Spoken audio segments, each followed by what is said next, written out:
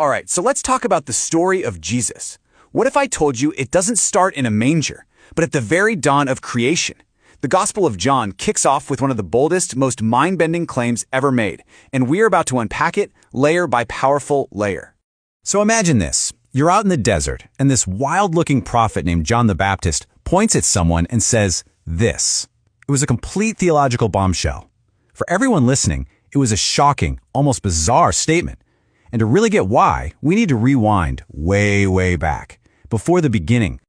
You see, John's gospel is different. It doesn't begin with shepherds or a stable. No, it starts before time itself, with an idea that connects the creation of the entire universe directly to Jesus Christ.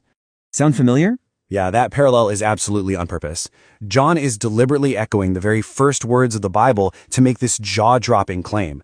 Jesus, who he calls the Word, wasn't just around for creation, he was the one doing the creating. Now, the term John uses here, logos, is so incredibly rich. It means word, sure, but it's so much more than just a sound. Think of it as the divine expression, the cosmic reason, the very thought of God made manifest. For his Jewish audience, this would have also clicked with their idea of wisdom, which the scriptures say was right there with God from the beginning. And right here, this is the central mystery of the Christian faith in one sentence. The infinite, eternal, creative force of the universe became one of us. He put on a human body and literally moved into the neighborhood.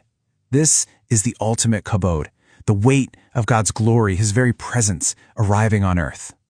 Okay, so if Jesus is this eternal Word made flesh, how does he get introduced to the world? Well, that's where this crucial figure, John the Baptist, comes in, a voice crying out in the wilderness, sent to prepare the way. The gospel is crystal clear about John the Baptist's job. He wasn't the main event. He was a witness, a signpost, and his entire purpose was to point away from himself and toward the real light. You know, when the religious leaders from Jerusalem show up to interrogate him, John's identity is basically defined by what he wasn't. He just keeps saying, nope, not me. He denies being the Messiah or Elijah or that great prophet they were waiting for. He had to clear the stage for the one who truly held the glory. In this quote, this is the heart of John's mission. It's just a master class in humility. His entire purpose was to shrink so that Christ could be seen more clearly. He knew his role perfectly. Get the road ready, point to the light, and then get out of the way. Which brings us back to that wild title John gave Jesus. To a first-century Jew, calling the Messiah a lamb was just a radical, countercultural claim. I mean, they were expecting a conquering lion, a king who would kick out the Romans. But a lamb? A lamb is a sacrifice.